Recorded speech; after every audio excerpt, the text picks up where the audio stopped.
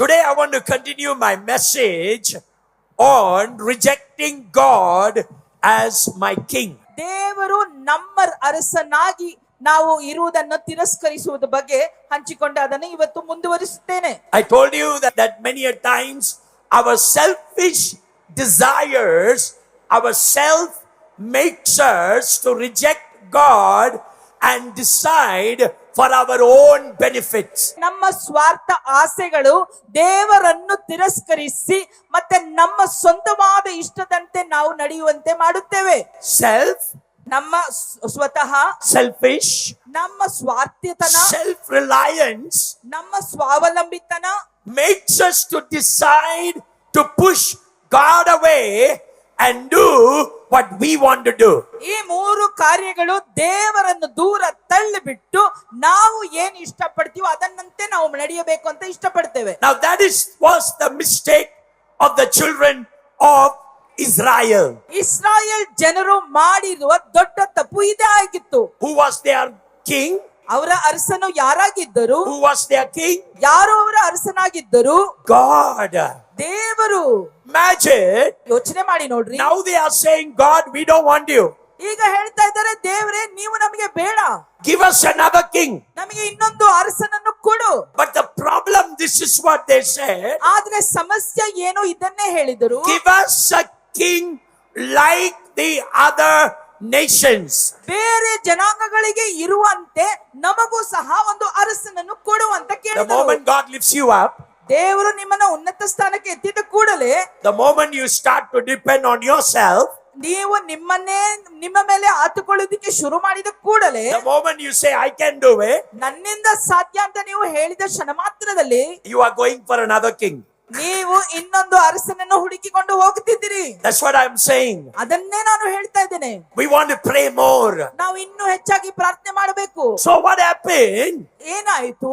God told them, when you have another king, that king will kill your children, arrest your wives, they will take taxes from you. But the children of Israel said, no, we don't want God, we want another king. ದೇವರು ಹೇಳಿದರು ಅವರಿಗೆ, ಅರಸನ್ನು ಬಂದರೆ ನಿಮ್ಮ ಮಕ್ಕಳನ್ನೆಲ್ಲ ಕೊಂದು ಹಾಕ್ತಾರೆ, ನಿಮ್ಮ ಹೆಂಡತಿಯನ್ನೆಲ್ಲ ಸೆರೆ ಹಿಡಿತಾರೆ, ಮತ್ತೆ ನೀವು ಟ್ಯಾಕ್ಸ್ ಎಲ್ಲ ಕಟ್ಟಬೇಕಂತೆಲ್ಲ ಹೇಳಿದ್ರು ಕೂಡ್ಲು ಅವರು ಹೇಳಿದ್ರು, ಇಲ್ಲ ನಮಗೆ ಬೇರೆ ಒಂದು ಅರಸನು ಬೇಕೇ ಬೇಕು, ದೇವರು ಬೇಡ. Don't settle for less than God's best. ದೇವರು ನಿಮಗೆ ಇಟ್ಟಿರುವ ಶ್ರೇಷ್ಠವಾದ ಕಾರ್ಯಕ್ಕಿಂತಲೂ ನೀವು ಕಡಿಮೆ ಆಗಿರುವುದನ್ನು ತೆಗೆದುಕೊಳ್ಳಬೇಡ್ರಿ. Everybody read who can read this. Don't settle for less than God's best. Turn to your neighbor and say, God has the best for you. ಪಕ್ಕದಲ್ಲಿ ನೋಡಿ ಹೇಳ್ರಿ, ದೇವರು ನಿಮಗೆ ಶ್ರೇಷ್ಠವಾದದನ್ನು ಇಟ್ಟಿದ್ದಾರೆ. God wants to give you a brand new car and you hurry and buy one 10-year-old car and then on the road you will be pushing appa pidave. ದೇವರು ನಿಮ್ಗೆ ಹೊಚ್ಚ ಕಾರನ್ನು ಕೊಡ್ಬೇಕಂತ ಬಯಸುತ್ತಾರೆ. ನೀವೇನಪ್ಪಾ ಅಂದ್ರೆ 10 ವರ್ಷ ಹಳೆ ಕಾರನ್ನ ತಗೊಂಡ್ಬಿಟ್ಟು ರಸ್ತೆಯಲ್ಲಿ ಅದನ್ನ ಅಪ್ಪ ತಂದೆ ಅಂತ ತಳ್ಕೊಂಡು ಹೋಗ್ತೀರಾ. God wants to give you a 3-bedroom house. You are in such a hurry. You go buy one bedroom house. ದೇವರು ನಿಮ್ಗೆ 3 ಬೆಡ್ರೂಮ್ ಇರೋ ಮನೆಯನ್ನು ಕೊಡ್ಬೇಕಂತ ಇದ್ರೆ ನೀವು ಅವಸರ ಪಟ್ಕೊಂಡು 1 ಬೆಡ್ರೂಮ್ ಮನೆಯನ್ನ ತೆಗೆದು ಬಿಡ್ತೀರಾ. Turn to your neighbor and say, God has the best for you. ಪಕ್ಕದಲ್ಲಿ ಹೇಳ್ರಿ, ದೇವರು ನಿಮ್ಗೆ ಶ್ರೇಷ್ಠವಾದದನ್ನು ಇಟ್ಟಿದ್ದಾನೆ. God has the best for you. ದೇವರು ನಿಮಗೆ ಶ್ರೇಷ್ಠವಾದದನ್ನು ಇಟ್ಟಿದ್ದಾರೆ. Number 1, ಮೊದಲನೇದಾಗಿ, don't let disappointment push you into a wrong decision. ನಿರಾಶೆ ನಿಮ್ಮನ್ನು ತಪ್ಪಾದ ನಿರ್ಣಯ ತೆಗೆದುಕೊಳ್ಳುವುದಕ್ಕೆ ಬಿಟ್ಟು ಬಿಡಬೇಡ್ರಿ. So don't let disappointment push you into a wrong decision. ನಿರಾಶೆ ನಿಮ್ಮನ್ನ ತಪ್ಪಾದ ನಿರ್ಣಯ ತೆಗೆದುಕೊಳ್ಳುವಂತೆ ನೀವು ಅನುಮತಿ ಕೊಡಬೇಡ್ರಿ. You get so disappointed in life. ನೀವು ಜೀವನದಲ್ಲಿ ಎಷ್ಟು ನಿರಾಶೆ ಹೊಂದುತ್ತೀರಾ ಅಂದ್ರೆ, It's almost like a man who is drowning. He will hold even a straw to escape. ನೋಡ್ರಿ, ಒಂದು ಮನುಷ್ಯ ಏನೋ ಮುಳುಗ್ತಾ ಇದ್ರೆ ಒಂದು ಕಡ್ಡಿ ಹಾಕಿದ್ರು ಕೂಡ ಆ ನೀರಿಂದ ಮುಳುಗೋದು ತಪ್ಪಿಸ್ಕೋಬೇಕಂತ ಅದನ್ನ ಹಿಡ್ಕೊಳ್ಳುವ ಆ ತರ. Don't allow your disappointments for you to make major decisions in your life. ನಿಮ್ಮ ಜೀವಿತದಲ್ಲಿ ದೊಡ್ಡ ದೊಡ್ಡ ನಿರ್ಣಯಗಳನ್ನು ನಿಮ್ಮ ಒಂದು ನಿರಾಶೆಯ ಆಧಾರಗೊಂಡು ತೆಗೆದುಕೊಳ್ಳಬೇಡಿ. The Bible says, ಸತ್ಯವೇದವು ಹೇಳುತ್ತದೆ, Proverbs chapter 3 verse 5 and 6, ಜ್ಞಾನೋಕ್ತಿಗಳು 3ನೇ ಅಧ್ಯಾಯ 5, 6. trust in the Lord with all your heart, he will make straight your paths. ಸ್ವಬುದ್ಧಿಯನ್ನೇ ಆಧಾರ ಮಾಡಿಕೊಳ್ಳದೆ ಪೂರ್ಣ ಮನಸ್ಸಿನಿಂದ ಯೆಹೋವನಲ್ಲಿ ಭರವಸೆ ಇಡು, ನಿನ್ನ ಎಲ್ಲಾ ನಡವಳಿಯಲ್ಲಿ ಆತನ ಚಿತ್ತಕ್ಕೆ ವಿಧೇಯನಾಗಿರು. Everybody say, trust in the Lord with all your heart. ನಿನ್ನ ಪೂರ್ಣ Lord, ಮನಸ್ಸು. with all your heart. Now imagine, ಯೋಚನೆ ಮಾಡಿ ನೋಡಿ. don't allow your disappointments to push you for a quick decision. ನೀವು ಒಂದು ಶೀಘ್ರವಾಗಿ ಒಂದು ನಿರ್ಣಯ ಮಾಡುವಂತೆ ನಿಮ್ಮ ನಿರಾಶೆಯನ್ನು ಆಧಾರವಾಗಿ ಮಾಡಿಕೊಳ್ಳಬೇಡ್ರಿ. Psalms 34:18. ಕೀರ್ತನೆ 34:18. The Lord is near to the broken-hearted and saves the crushed in spirit. ಮುರಿದ ಮನಸ್ಸುಳ್ಳವರಿಗೆ ಯೆಹೋವನು ನೆರವಾಗುತ್ತಾನೆ, ಕುಗ್ಗಿ ಹೋದವರನ್ನು ಉದ್ಧಾರ ಮಾಡುತ್ತಾನೆ. Isaiah 30 and verse number 1. ಯೆಶಾಯ 30:1ನೇ ವಚನ. Woe to the rebellious children who carry out a plan, but not my plan. ಯೆಶಾಯನ್ ಬರೆದಿರುವ ಪುಸ್ತಕ 30ನೇ ಅಧ್ಯಾಯ 1ನೇ ವಚನದಲ್ಲಿ, ಯೆಹೋವನು ಹೀಗೆ ನುಡಿಯುತ್ತಾನೆ, ದ್ರೋಹಿಗಳಾದ ನನ್ನ ಮಕ್ಕಳ ಗತಿಯನ್ನು ಏನು ಹೇಳಲಿ? ಇವರು ನನ್ನನ್ನು ಕೇಳದೆ ಒಂದು ಆಲೋಚನೆಯನ್ನು ಸಾಗಿಸಿ ನನ್ನ ಆತ್ಮ ಪ್ರೇರಿತರಾಗದೆ ಉಪಾಯವನ್ನು ನುಡಿಯುತ್ತಾರೆ. ನನ್ನಂದ್ರ ಕೇಳತ್ತೆ. Am I right? They don't ask me, but they make a decision on their own because you found a nice boy. Oh, this is the boy for me. You found a nice girl. Oh, this is the girl for me. You found something else. Oh, this is for me. You are not asking God. God says, don't allow your disappointments to make quick decisions in your life. ದೇವರ ಆತ್ಮನನ್ನು ಆಲೋಚಿಸದೆ ಕೇಳದೆ ನಾವೇ ನಿರ್ಣಯಗಳನ್ನು ತೆಗೆದುಕೊಳ್ತೇವೆ. ದೇವರು ಹೇಳ್ತಾರೆ, ನಿಮ್ಮ ನಿರಾಶೆಯನ್ನು ಆಧಾರಗೊಂಡು ತಪ್ಪಾದ ನಿರ್ಣಯಗಳನ್ನು ತೆಗೆದುಕೊಳ್ಳಬೇಡ್ರಿ. What is God saying? ದೇವರು ಏನ್ ಹೇಳ್ತಾ ಇದ್ದಾರೆ? They are not asking my plan. ನನ್ನ ಮಾತನ್ನು ಕೇಳದೆ ನನ್ನ ಆಲೋಚನೆಯನ್ನು ನನ್ನ ಸಾಗಿಸುತ್ತಾರೆ. ಮಾತನ್ನು ಕೇಳದೆ. They are not asking me, but they are deciding by their own selves. ನನ್ನ ಮಾತನ್ನು ಅವರು ಕೇಳದೆ ಅವರೇ ತನ್ನಷ್ಟಕ್ಕೆ ತಾನೇ ನಿರ್ಣಯಗಳನ್ನು ತೆಗೆದುಕೊಳ್ಳುತ್ತಾರೆ. So all of you understand. ಎಲ್ಲರೂ ಅರ್ಥ ಮಾಡಿಕೊಳ್ಳಿರಿ. A.W. Tozer, this is what he said. A.W. ಟೋಸರ್ ಅವರು ಹೀಗಂದರು, When you are in trouble, ನೀವು ತೊಂದರೆಯಲ್ಲಿ ಇದ್ದಾಗ don't seek a way out, seek the way up. ಅದರಿಂದ ಹೇಗೆ ಹೊರಗಡೆ ಬರಬೇಕು ಅಂತ ದಾರಿಯನ್ನು ಹುಡುಕಬೇಡ್ರಿ, ಆದ್ರೆ ಮೇಲನೆ ನೀವು ದಾರಿಯನ್ನು ಹುಡುಕ್ರಿ. Amen. Amen. When you are in trouble, ನೀವು ಯಾವುದಾದ್ರೂ ತೊಂದರೆ ಸಮಸ್ಯೆದಲ್ಲಿ ಇದ್ದಾಗ some people will say, ಕೆಲವರು ಹೇಳ್ತಾರೆ, I will never come back again to that place or this place. That is your decision. God wants you to humble yourself and do what God wants you to do. ಕೆಲವರು ಹೇಳ್ತಾರೆ, ಪುನಃ ನಾನು ಆ ಜಾಗಕ್ಕೆ ಬರುವುದಿಲ್ಲ ಅಂತ. ಅದು ನಿಮ್ಮ ಒಂದು ನಿರ್ಣಯ. ಆದ್ರೆ ದೇವರು ನೀವು ಏನ್ ಮಾಡಬೇಕು ಅಂತ ಇಟ್ಟಿದ್ದಾರೋ ಅದಕ್ಕೆ ನೀವು ನಮ್ರತೆಯಿಂದ ತಗ್ಗಿಸಿಕೊಂಡು ಅದನ್ನ ಮಾಡಬೇಕು. We always hurry. ಯಾವಾಗ್ಲೂ ನಾವು ಅವಸರ We ಪಡ್ತೇವೆ. always want to decide fast and we want to do it. ಯಾವಾಗ್ಲೂ ನಾವು ಶೀಘ್ರವಾಗಿ ನಿರ್ಣಯಗಳನ್ನು ತೆಗೆದುಕೊಂಡು ಬೇಗನೆ ಅದನ್ನ ಮಾಡಿ ಮುಗಿಸಬೇಕಂತಿದೀವಿ. Or you are in a trouble. ನೀವು ಯಾವುದೋ ತೊಂದರೆಯಲ್ಲಿದ್ದೀರಿ, Immediately you want to make a decision and run away and get out of the trouble. ತಕ್ಷಣ ನೀವು ಒಂದು ತೀರ್ಮಾನವನ್ನು ತೆಗೆದುಕೊಂಡು ಆ ತೊಂದರೆಯಿಂದ ದೂರ ಹೊರಗಡೆ ಹೋಗ್ಬೇಕಂತ ಮಾಡ್ತೀರಿ. I want to tell you, ನಾನು ನಿಮಗೆ ಹೇಳುತ್ತೇನೆ, getting out of the trouble is not your problem. Getting you out of the trouble is God's problem. ನೋಡ್ರಿ, ಆ ತೊಂದರೆಯಿಂದ ಹೊರಗಡೆ ಬರುವುದು ನಿಮ್ಮ ಸಮಸ್ಯೆ ಅಲ್ಲ. ತೊಂದರೆಯಿಂದ ಹೊರಗಡೆ ನಿಮ್ಮನ್ನು ತೆಗೆದು ಹಾಕುವುದು ದೇವರ ಸಮಸ್ಯೆವಾಗಿದೆ. You don't decide. ನೀವು ತೀರ್ಮಾನ ತೆಗೆದುಕೊಳ್ಳಬೇಡ್ರಿ. God will help you. ದೇವರು ನಿಮಗೆ ಸಹಾಯ ಮಾಡುತ್ತಾನೆ. Can somebody clap and praise him? ಯಾರಾದ್ರೂ ಕರಗಳನ್ನು ತಟ್ಟುತ್ತಾ ಆತನನ್ನು ಸ್ತುತಿಸಿರಿ. When you are in trouble, don't seek a way out, but seek the way up. ನೀವು ತೊಂದರೆಯಲ್ಲಿ ಇದ್ದಾಗ ತೊಂದರೆಯಿಂದ ಹೊರಗಡೆ ಬರ್ಲಿಕ್ಕೆ ನೋಡಬೇಡ್ರಿ, ಆದ್ರೆ ದೇವರ ಕಡೆ ನೀವು ನೋಡ್ರಿ. Corrie ten Boom, she said, never be afraid to trust an unknown future to a known God. ಕೋರಿ ಟೆನ್ ಬೂಮ್ ಹೀಗಂದರು, ನಿಮಗೆ ತಿಳಿದೇ ಇರುವ ಭವಿಷ್ಯವನ್ನು ತಿಳಿದಿರುವ ದೇವರ ಬಳಿಕ ಕೊಡುವುದಕ್ಕೆ ನಂಬುವುದಕ್ಕೆ ನೀವು ಎಂದಿಗೂ ಭಯಪಡಬೇಡ್ರಿ. Your future is unknown. ನಿಮ್ಮ ಭವಿಷ್ಯ ನಿಮಗೆ ಗೊತ್ತಿಲ್ಲ. How many of you say that? Your future is unknown. ನಿಮ್ಮ ಭವಿಷ್ಯ ನಿಮಗೆ ಗೊತ್ತಿಲ್ಲ. But whom you are trusting? ಆದ್ರೆ ನೀವು ಯಾರನ್ನು ನಂಬ್ತಿದ್ದೀರಾ? You are trusting a known God. ನಿಮಗೆ ಚೆನ್ನಾಗಿ ಗೊತ್ತಿರುವ ದೇವರನ್ನು ನೀವು ನಂಬುತ್ತಿದ್ದೀರಿ. So one man is living in a hut, ಒಂದು ಮನುಷ್ಯನು ಒಂದು ಗುಡಿಸಲಲ್ಲಿ ವಾಸ ಮಾಡ್ತಾ ಇದ್ದನು. had 3 girl children, ಆತನಿಗೆ 3 ಹೆಣ್ಮಕ್ಕಳು ಇದ್ದರು. one little boy. ಒಂದು ಚಿಕ್ಕ ಪುಟ್ಟ ಹುಡುಗ. I went to see, ಅವರನ್ನು ನೋಡ್ಲಿಕ್ಕೆ ಹೋದಾಗ he held my hand ಅವರು ನನ್ನ ಕರವನ್ನು ಹಿಡಿದು and he was dying. ಸಾಯುವ ತರುವಾಯದಲ್ಲಿ ಇದ್ದರು. While he was dying, ಅವರು ಮರಣ ಹೊಂದುವ ತರುವಾಯದಲ್ಲಿ ಇದ್ದಾಗ he told me, ಅವರು ನನಗೆ ಹೇಳಿದರು, Ayya, ಅಯ್ಯ, take care of my 3 children and my son. ನನ್ನ 3 ಹೆಣ್ಮಕ್ಕಳು ಮತ್ತೆ ನನ್ನ ಈ ಗಂಡು ಮಗುನ ನೋಡ್ಕೊಳ್ಳಿರಿ ಅಂತ ಹೇಳಿದ್ರು. And told his wife, ಅವ್ರ ಹೆಂಡತಿಗೆ ಹೇಳಿದರು, unna appa ivarda. ನಿನ್ನ ತಂದೆ ನಿನ್ನ ಅಪ್ಪ ಇವರೇ, அவர் பார்த்துருவாரு, ಅವರೆಲ್ಲವನ್ನು ನೋಡ್ಕೋತಾರೆ, நீ பயப்படாத. ನೀನು ಹೆದರ್ಕೋಬೇಡ And he died. ಹೇಳಿ ಅವರು ಸತ್ತರು. I got all the 3 children married. ಆ 3 ಹೆಣ್ಮಕ್ಕಳಿಗೆ ನಾನು ಮದುವೆ ಮಾಡಿಟ್ಟೆ. I got the son married. ಆ ಹುಡುಗನಿಗೂ ಸಹ ಮದುವೆ ಮಾಡಿಟ್ಟೆ. Today son is in Japan, ಇವತ್ತು ಆ ಮಗ ಜಪಾನ್ ದೇಶದಲ್ಲಿ ಇದ್ದಾನೆ. running his own restaurant. ಆತನ ಸ್ವಂತ ಹೋಟೆಲ್ ಅಲ್ಲಿ ಮಡಗಿದ್ದಾನೆ. I want to tell you, ನಾನು ನಿಮಗೆ ಹೇಳಲಿದ್ದೇನೆ, even the son, the child I dedicated. ನೋಡ್ರಿ, ಆ ಮಗನ ಮಗು ಕೂಡ ನಾನೇ ಪ್ರತಿಷ್ಠೆ ಮಾಡಿದೆ. If a man can do this, how much a God whom we know. Amen, amen. ಒಂದು ಸಾಧಾರಣ ಮನುಷ್ಯನಾಗಿ ನಾನೇ ಇಷ್ಟು ಮಾಡಬೇಕಾದ್ರೆ ನಾವು ಗೊತ್ತಿರುವ ದೇವರು ಇನ್ನೆಷ್ಟು ಮಾಡಬಹುದು ನಮಗೆ. Never be afraid to trust your unknown future in a known God. ನಿಮಗೆ ತಿಳಿದೇ ಇರುವ ಭವಿಷ್ಯವನ್ನು ತಿಳಿದಿರುವ ದೇವರ ಬಳಿಕ ನಂಬಿ ಬಿಡುವುದಕ್ಕೆ ನೀವು ಎಂದಿಗೂ ಭಯಪಡಬೇಡ್ರಿ.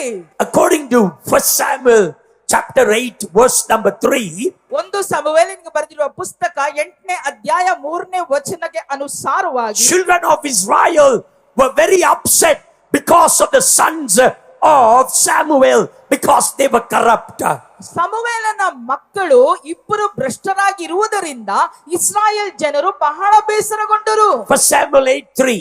ಇವರು ತಂದೆಯ ಮಾರ್ಗದಲ್ಲಿ ನಡೆಯದೆ ದ್ರವ್ಯಾಶೆಯಿಂದ ಲಂಚ ತೆಗೆದುಕೊಂಡು ನ್ಯಾಯ ವಿರುದ್ಧವಾದ ತೀರ್ಪು ಮಾಡುತ್ತಿದ್ದರು. Instead of crying to God, they made a decision. ನೋಡ್ರಿ, ಇವರು ದೇವರ ಬಳಿಕ ನೋಡಿ ಕೂಗುವುದನ್ನು ಬಿಟ್ಟು ಬಿಟ್ಟು ಅವರೇ ತಪ್ಪಾದ ನಿರ್ಣಯಗಳನ್ನು ತೆಗೆದುಕೊಳ್ತಾ ಇದ್ದರು. Everybody read that. Israel was hurt. Israel was hurt by Samuel's corrupt sons. Instead of crying to God, they demanded their own solution. How many of us we decide by our own mind? ಎಷ್ಟು ಜನ ನಾವು ನಮ್ಮ ಸ್ವಂತ ಮನಸ್ಸಿನಿಂದ ತೀರ್ಮಾನಗಳನ್ನು I ತೆಗೆದುಕೊಳ್ಳುತ್ತೇವೆ? know. ನನಗೆ ಗೊತ್ತಿದೆ. For me, ನನಗೆ 48 years have gone, 48 ವರ್ಷ ಕಳೆದು ಹೋಗಿದೆ. but even now ಇವತ್ತಿಗೂ ಸಹ I spend more time in prayer. ನಾನು ಹೆಚ್ಚಾದ ಸಮಯ ಪ್ರಾರ್ಥನೆಯಲ್ಲಿ ಕಳೆಯುತ್ತೇನೆ. Because even if all my 40,000 people go, for me no problem. I want to have a relationship with my Jesus. Amen, amen. ನನ್ನ 40,000 ಸದಸ್ಯರು ಬಿಟ್ಟು ಹೋದ್ರು ಪರವಾಗಿಲ್ಲ, ನನಗೆ ಯೇಸು ಸ್ವಾಮಿ ಜೊತೆ ಇರುವ ಸಂಬಂಧನೇ ಮುಖ್ಯ. Turn to your neighbor and say, ಪಕ್ಕದಲ್ಲಿ ಇರೋರು ನೋಡಿ ಹೇಳ್ರಿ, cry unto God. ದೇವ್ರನ್ನ ನೋಡಿ ಕೂಗಾಡ್ರಿ. Turn to your neighbor and say, cry unto God. ಪಕ್ಕದಲ್ಲಿ ಹೇಳಿರಿ, ದೇವ್ರನ್ನ ನೋಡಿ ಕೂಗಾಡಿರಿ. Don't make your own decision. ನಿಮ್ಮ ಸ್ವಂತ ತೀರ್ಮಾನಗಳನ್ನು This is ತೆಗೆದುಕೊಳ್ಳಿ. what happened to the children of Israel. They went to Samuel and they said, give us a king. Israel ಜನರು ಹೀಗೆ ಮಾಡಿದರು. ಅವರು ಸಮುವೇಲನ ಬಳಿಕ ಹೋಗಿ ನಮಗೆ ಒಂದು ಅರಸನನ್ನು ಕೊಡು ಅಂತ ಕೇಳಿದರು. Abraham was so disappointed ಅಬ್ರಹಾಮಿ ಎಷ್ಟು ನಿರಾಶೆಗೊಂಡನು ಅಂದರೆ that God did not give him a son. ಆತನಿಗೆ ಒಂದು ಮಗ ದೇವರು ಕೊಟ್ಟಿಲ್ಲ ಅಂತ. According to Genesis 16, ಆದಿಕಾಂಡ 16 ಅನುಸಾರವಾಗಿ he took Hagar, ಆತನು ಆಗಾರನನ್ನು ತೆಗೆದುಕೊಂಡು, and from that day conflict started. ನೋಡ್ರಿ, ಆವತ್ತು ಒಂದು ದಿವಸದಿಂದ ಎಲ್ಲ ತೊಂದರೆಗಳು ಶುರುವಾಯಿತು. One decision by the man of faith Abraham created conflict to the entire world. ವಿಶ್ವಾಸದ ಮನುಷ್ಯನಾದ ಈ ಅಬ್ರಹಾಂ ತಗೊಂಡಿರುವ ಒಂದೇ ಒಂದು ತೀರ್ಮಾನದಿಂದ ಇಡೀ ಲೋಕಕ್ಕೆ ತೊಂದರೆ ಆಯಿತು. I want to tell you today, ನಾನು ಇವತ್ತು ನಿಮಗೆ ಹೇಳುತ್ತೇನೆ, when Abraham was disappointed, he went and slept with Hagar and brought conflict to the entire world. Abraham ನಿರಾಶೆಗೊಂಡಾಗ ಹಾಗಾರನ್ನು ತೆಗೆದುಕೊಂಡು ಆತನು ಇಡೀ ಲೋಕಕ್ಕೆ ತೊಂದರೆ ತಂದಿಟ್ಟನು. Imagine, ಯೋಚನೆ ಮಾಡಿ ನೋಡ್ರಿ. David Livingstone was a mighty missionary to Africa. Am I right? David Livingston ಆತನು ಆಫ್ರಿಕಾ ಖಂಡಕ್ಕೆ ಒಂದು ದೊಡ್ಡ missionary ಕೆಲಸಗಾರನಾಗಿದ್ದನು. In the early stages of his ministry, ಆತನ ಸೇವೆಯ ಪ್ರಾರಂಭ ಕಾಲದಲ್ಲಿ his wife died. ಅವರ ಹೆಂಡತಿ ಸತ್ತು ಹೋದರು. Now what he did, ಈಗ ಏನು ಮಾಡಿದರು ಅವರು? he did not allow the pain to push him out of God's direction. ದೇವರ ಮಾರ್ಗದರ್ಶನದಿಂದ ಈ ನಿರಾಶೆ ಆತನ ತೆಗೆದು ಹಾಕುವುದಕ್ಕೆ ಆತನು ಅನುಮತಿ ಕೊಡಲಿಲ್ಲ. Instead of quitting and being disappointed, ಬಿಟ್ಟು ಬಿಟ್ಟು ಆತನು ನಿರಾಶೆಗೊಳ್ಳುವುದಕ್ಕಿಂತಲೂ he pressed into more jungles in Africa.